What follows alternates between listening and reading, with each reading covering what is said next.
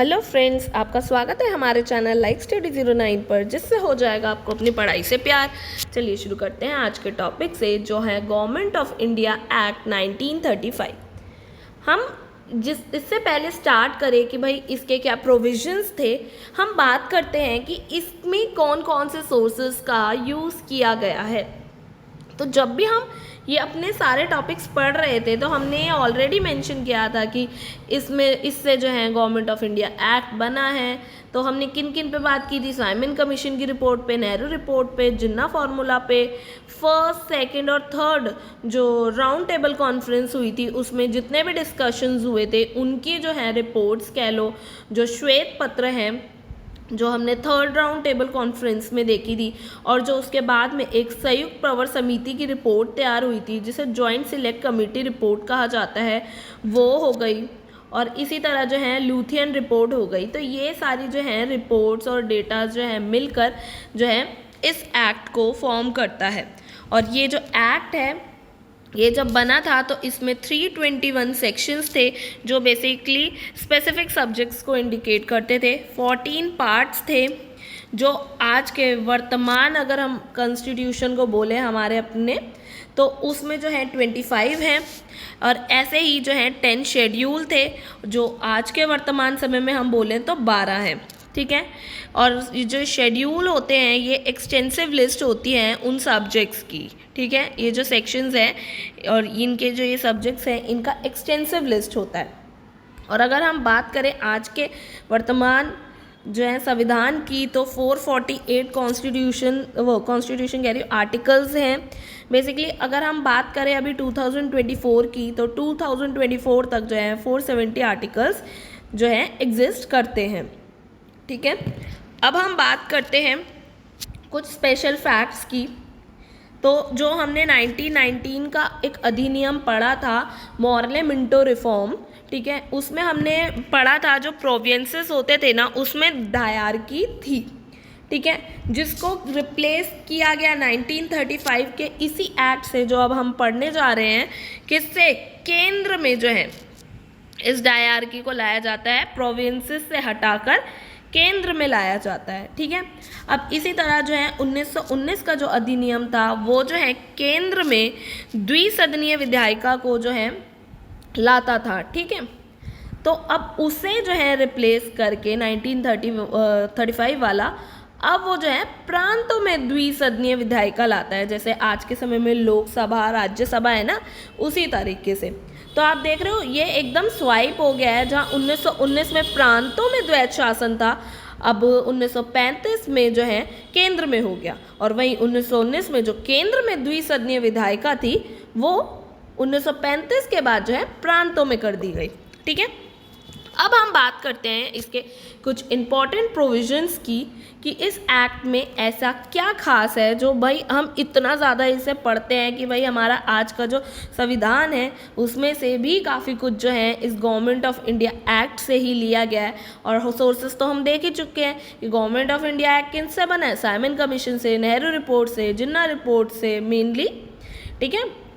तो अब हम बात करते हैं, ये सबसे पहला पॉइंट रखा जाता है नए प्रांतों का गठन, क्रिएशन ऑफ न्यू प्रोविंसेस। इसकी बात जो है साइमन कमीशन की रिपोर्ट में भी की गई, नेहरू रिपोर्ट में भी की गई।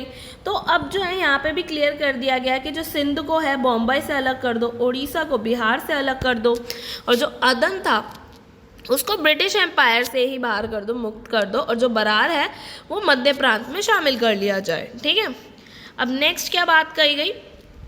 प्रांतीय स्वायत्तता की, प्रोविंशियल ऑटोनॉमी की, जिसमें जो प्रांतों में द्वैत शासन था अब उसको एंड कर दिया। जो हमने अभी बात की थी 1919 के अधिनियम में क्लियर किया गया था, वो यहाँ पे ख़त्म कर दिया गया। अब ये द्वैत शासन किस तरीके से था? एक रिजर्व सब्जेक्ट्स में था और एक ट्रांसफ़र सब्जेक्ट में था। तो जितने भी सब्जेक्ट रखे गए थे इनके अंदर रिजर्व में, ट्रांसफ़र में, उनको ख़त्म कर दिया गया। तो अब इसी वजह से जो है उनकी कोई एग्जीक्यूटिव काउंसिल जो है प्रोविंसेस में नहीं रही। तो अब जो है इन प्रोविंशियल सब्जेक्ट्स को, जो भी अब इनमें सब्जेक्ट्स डाले जाएंगे, तो उनमें जो है काउंसिल ऑफ मिनिस्टर जो है उसके हाथों में इनका एडमिनिस्ट्रेशन दिया जाना था। बस कुछ लॉ ऑर्डर्स को छोड़कर जो जिम्मेदारी थी वो इधर दी गई। तो अब ये एक बहुत ही इम्पॉर्टेंट जो है पोस्ट बन गई काउंसिल ऑफ मिनिस्टर, इसमें इस काउंसिल्स में उन मिनिस्टर्स की। तो अब ये मिनिस्टर्स कैसे चुने जाते थे, तो ये बात आती है। तो अब ये जो मिनिस्टर्स है प्रोविंशियल लेजिस्लेचर के, जो प्रांतीय विधानमंडल है, उसमें इलेक्टेड मेंबर्स होते थे, ठीक है। किन के द्वारा? उन मिनिस्टर्स के द्वारा, ठीक है। चूजन दूज जो है मिनिस्टर्स, अब क्या है, जो ब्रिटिश अपॉइंट करते हैं, जैसे प्रोविंशियल गवर्नर जो है, ब्रिटिश गवर्नमेंट, वाइस राय, एसओएस कौन, सेक्रेटरी ऑफ स्टेट, उन सब के लिए रिस्पॉन्सिबल था। और ये सब जो है एक्सेप्ट करता था कि मिनिस्टर्स की रिकमेंडेशंस जो हैं, ठीक है, जो आती थी। अब ठीक है, अपॉइंट ये है, जो गवर्नर जनरल है उसके पास एक वीटो पावर होता था अपना डिसीजन देने के लिए। और इवन अगर उसे कुछ लगता था कि पॉलिटिकल ब्रेकडाउन की सिचुएशन है, तो उसमें गवर्नर वायसराय की नज़र में वो पूरा कंट्रोल जो है अपने हाथों में ले सकता था, ठीक है। तो एक तरह से देखा जाए तो पावर है कि ठीक है भाई, वो परमिशन के साथ पूरी पावर को कंट्रोल में ले सकता है, बट फिर भी जो है एक वीटो पावर ज़रूर होती थी, ठीक है। अब हम बात करते हैं ऑल इंडियन फेडरेशन की। नेक्स्ट पॉइंट जो है अखिल भारतीय महासंघ। अब इसमें जो है फेडरेशन जो है दो हिस्सों में देखी गई, जैसे एक ब्रिटिश इंडियन प्रोविंसेस की, एक प्रिंसली स्टेट्स की, ठीक है। जिसमें जो है ये CLC और ये है PLC से मतलब क्या है, सेंट्रल लेजिस्लेटिव काउंसिल और जो है प्रोविंशियल लेजिस्लेटिव काउंसिल, ठीक है। तो इनमें इनके जो मेंबर्स होते थे वो इलेक्टेड और सिलेक्टेड, बेसिकली नॉमिनेटेड दोनों होते थे, ठीक है। और वहीं प्रिंसली स्टेट की बात की जाए, उसमें जो है सेंट्रल लेजिस्लेटिव काउंसिल और जो है प्रोविंशियल लेजिस्लेटिव काउंसिल के मेंबर्स वो सिर्फ और सिर्फ सिलेक्टेड यानी नॉमिनेटेड होते थे। किसके द्वारा? वायसराय के द्वारा, ठीक है। जिसमें ये प्रपोज किया गया कि अब जो है ये नॉमिनेटेड तो होंगे ही होंगे, साथ में इलेक्टेड भी होंगे, ठीक है। ठीक है भाई, अब सिलेक्शन तो भाई ऐसे ही होता था, अपॉइंटमेंट तो वाइसराय से, ठीक है। अब इलेक्शन भी तो कहीं ना कहीं से होंगे ना। जब ये प्रोविजन डाला है तो इसमें कौन कौन होगा? या तो 11 जो है गवर्नर प्रोविंसेस होंगे, उस समय तक 11 प्रोविंसेस थे, या तो वो जो है 6 चीफ कमिश्नर्स प्रोविंसेस होंगे, और जो है वो सब स्टेट्स इसमें होंगे जो बेसिकली इसका हिस्सा बनना चाहते थे, ज्वाइन होना चाहते थे। इसमें तकरीबन 590 जो थे स्टेट्स थे, और उन्हें बस क्या करना पड़ता था, इंस्ट्रूमेंट ऑफ एसेशन जो था उस डॉक्यूमेंट पे साइन करना पड़ता था और वो ज्वाइन कर लेते थे, ठीक है। ये तो बात हो गई कि भाई कौन कौन। तो अब हम बात करें एक बारी कि ये 11 प्रोविंसेस थे कौन कौन से। तो इसमें थे बिहार, उड़ीसा, मध्य प्रांत, संयुक्त प्रांत, मद्रास, बम्बई, उत्तर पश्चिमी सीमा प्रांत, असम, पंजाब, सिंध, बंगाल, ठीक है। अब इसमें भी जो हम कहते हैं बाइकैमरिकल लेजिस्लेटिव जो थे वो 6 ही थे, ठीक है। अब वो 6 कौन से थे? बिहार, संयुक्त प्रांत यूपी, मद्रास, बम्बई, असम और बंगाल, ठीक है।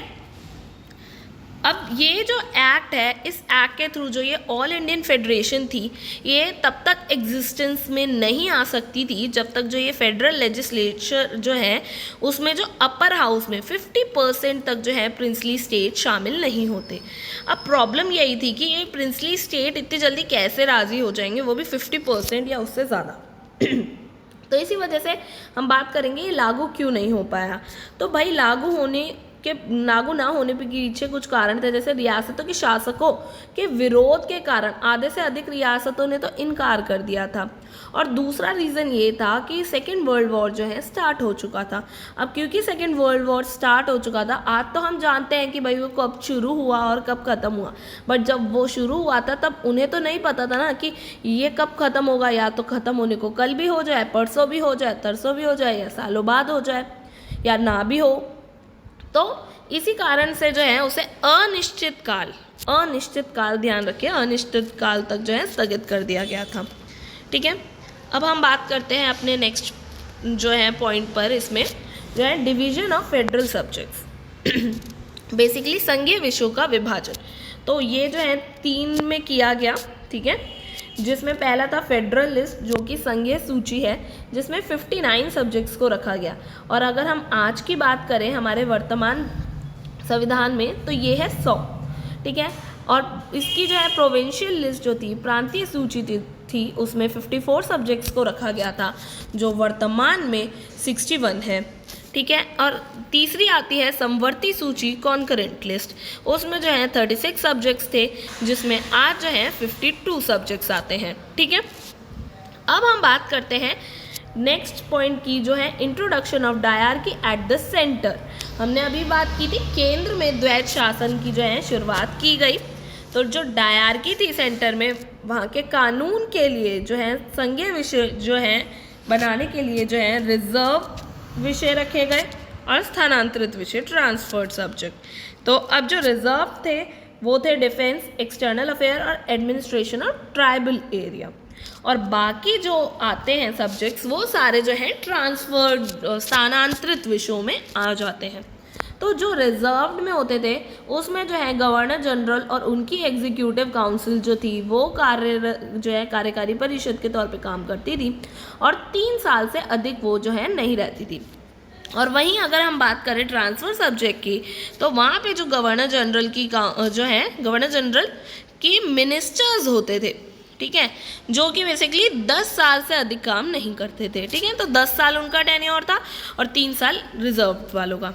अब बात है नियंत्रण के लिए, कंट्रोल कैसे करें, क्योंकि अब तो जो है रिजर्व में वो सब्जेक्ट्स रहे नहीं ज़्यादातर जो बहुत ज़्यादा पावरफुल हों, जो सिस्टम उनका पूरा कंट्रोल में रहे। तो इसीलिए जो है ब्रिटिश कंट्रोल को बनाए रखने के लिए फाइनेंशियल ऑब्लिगेशंस जो थी वो अपने पास रखी। अब जैसे कोई भी फाइनेंशियल बिल है, गवर्नर जनरल की सहमति के बिना सेंट्रल लेजिस्लेटिव में नहीं रखा जा सकता था। अब दूसरी बात आ गई डिफेंस, जो अभी हमने की थी, और एक आ गया फॉरेन अफेयर्स। अब फॉरेन अफेयर्स कैसे, तो जो फॉरेन ऑब्लिगेशंस थी, एग्जाम्पल के तौर पे देखें तो लोन रीपेमेंट्स रिलेटेड जो है, इनके लिए जो वित्त पोषण थे या फेडरल एक्सपेंडिचर्स थे, जितने भी खर्च थे, उनको कम से कम जो है 80% गैर मतदान योग्य बनाया गया, कि मतलब इसमें जो है 80% तक कोई वोटिंग जो है हो ही ना पाए, ताकि जो है लोग जो वहाँ पे ब्रिटिशर्स उधर बैठे हैं वो जो है इस यहाँ पे पेमेंट्स कर सके, वो सिक्योर फील करे कि भाई ठीक है ब्रिटिश गवर्नमेंट के हाथ में है तो हम अपना इन्वेस्टमेंट कर सकते हैं। तो और क्या रहा, ब्रिटिश इंडियन आर्मी और अपॉइंट टू आरबीआई और रेलवे बोर्ड्स, ठीक है। अब हम बात करते हैं अल्पसंख्यकों की सुरक्षा की। तो प्रोटेक्शन ऑफ माइनॉरिटी, इस प्रावधान को जो है लेजिस्लेशन में जो है मंत्रियों पर हावी होने के लिए एक चाल के तौर पे यूज़ किया गया था, ठीक है। अब नेक्स्ट हम बात करते हैं बाइकैमरिकल लेजिस्लेचर, जो बेसिकली द्विसदनीय विधायिका थी। तो ये जो है 6 प्रांतों में लागू की गई थी, जो अभी हमने ऊपर बात की थी, असम, बंगाल, बम्बई, बिहार, मद्रास और संयुक्त प्रांत यूपी, ठीक है। अब जिसमें जो ये फेडरल लेजिस्लेचर है, ये जो है सेंटर और प्रोविंशियल से जो सेंटर में लाया गया, उसमें जो है अपर हाउस में और लोअर हाउस में, और जो ये अपर हाउस है ये काउंसिल ऑफ स्टेट था, जो लोअर हाउस है वो फेडरल असेंबली थी, जिसमें मेंबर्स कितने थे, 260 मेंबर्स किसमें थे, काउंसिल ऑफ स्टेट में, 375 मेंबर्स जो थे फेडरल असेंबली में, ठीक है। अब हम इसे ही और जो है डेप्थ में पढ़ते हैं, डेप्थ में इसे कवर करते हैं। तो जो काउंसिल ऑफ स्टेट है या राज्यों की परिषद है या अपर हाउस है या राज्यसभा है, आप इनमें कुछ भी समझ लीजिए, ठीक है। उनमें जो मेंबर्स थे, अभी 260 हमने बात की, ऊपर ही देखा, इसमें कितने मेंबर्स थे, ये हैं 260, तो वही इधर भी बोला गया। तो 260 मेंबर्स थे, जिनमें से जो 156 मेंबर्स जो थे ना, वो प्रोविंस यानी प्रांतों के लिए थे, ठीक है, प्रांतों के थे, जिनमें से भी जो है 6 अलग थे और जो 150 थे वो अलग थे। अब वो 150 कौन थे, वो इलेक्ट होते थे कम्यूनल बेसिस पर, ठीक है। अब कैसे कम्यूनल बेसिस पे, जैसे हिंदू, मुस्लिम, सिख जो हैं ये डायरेक्ट इलेक्शंस में पार्टिसिपेट करते थे, पर जो इंडियन क्रिश्चियंस थे, एंग्लो इंडियंस थे, यूरोपियंस थे, ये सब जो है इनडायरेक्ट मेथड से बेसिकली जो है इलेक्टोरल कॉलेजेस के थ्रू जो है वो यहाँ पे इलेक्शंस में भाग लेते थे, ठीक है। और जो है अब बात करें हम उसमें से भी, ये जो 260 है उसमें से 104 जो होते थे वो नेटिव स्टेट्स के लिए होते थे, ठीक है। अब ये तो रही बात उस समय की। अगर हम बात करें अभी जो है करंट सिचुएशन की, तो जो अब जो मेंबर्स होते हैं वो 250 होते हैं, जिसमें से 238 जो है वो होते हैं इलेक्टेड होते हैं, और जो 12 होते हैं राष्ट्रपति के द्वारा नॉमिनेटेड होते हैं, ठीक है। अब हम बात करते हैं फेडरल असेंबली की, संघीय विधानसभा की, लोकसभा, लोअर हाउस की, ठीक है, जिसके मेंबर्स अभी हमने ऊपर भी देखे थे 375 थे।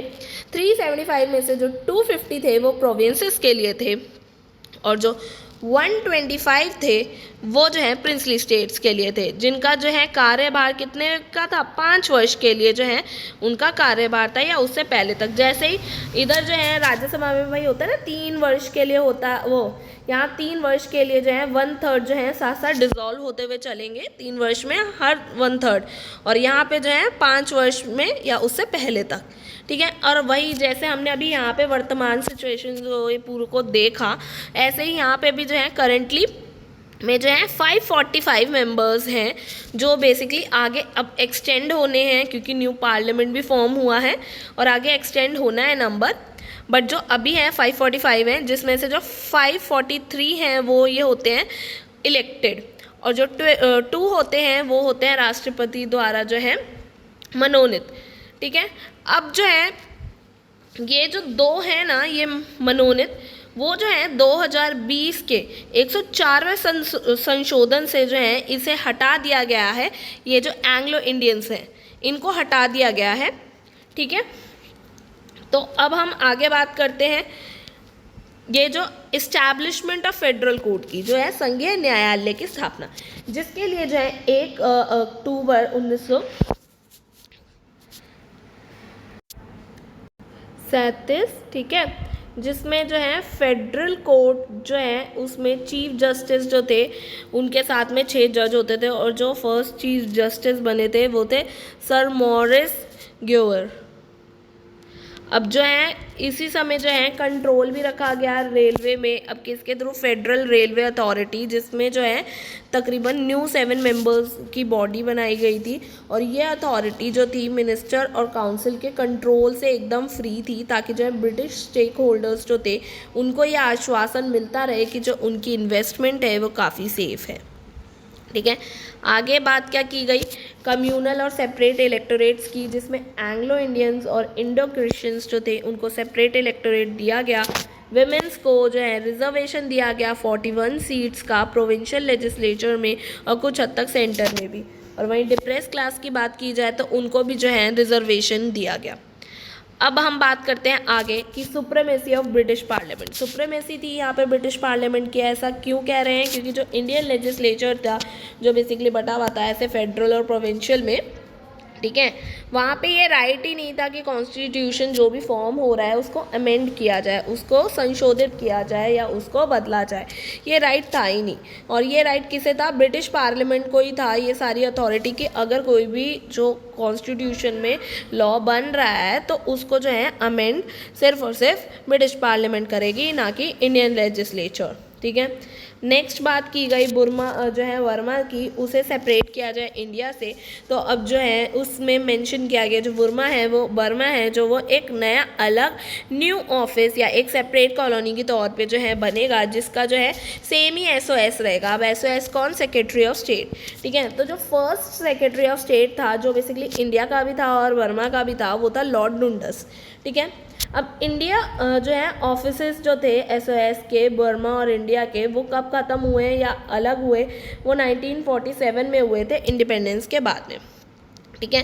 तो अप्रैल 1947 को बोला जाता है कि भाई बर्मा जो है ऑफिशियली जो है सेपरेट हुआ था इंडिया से, ठीक है, इंडिपेंडेंस। और जो बर्मा की इंडिपेंडेंस बोली जाएगी तो वो 1948 में हुई।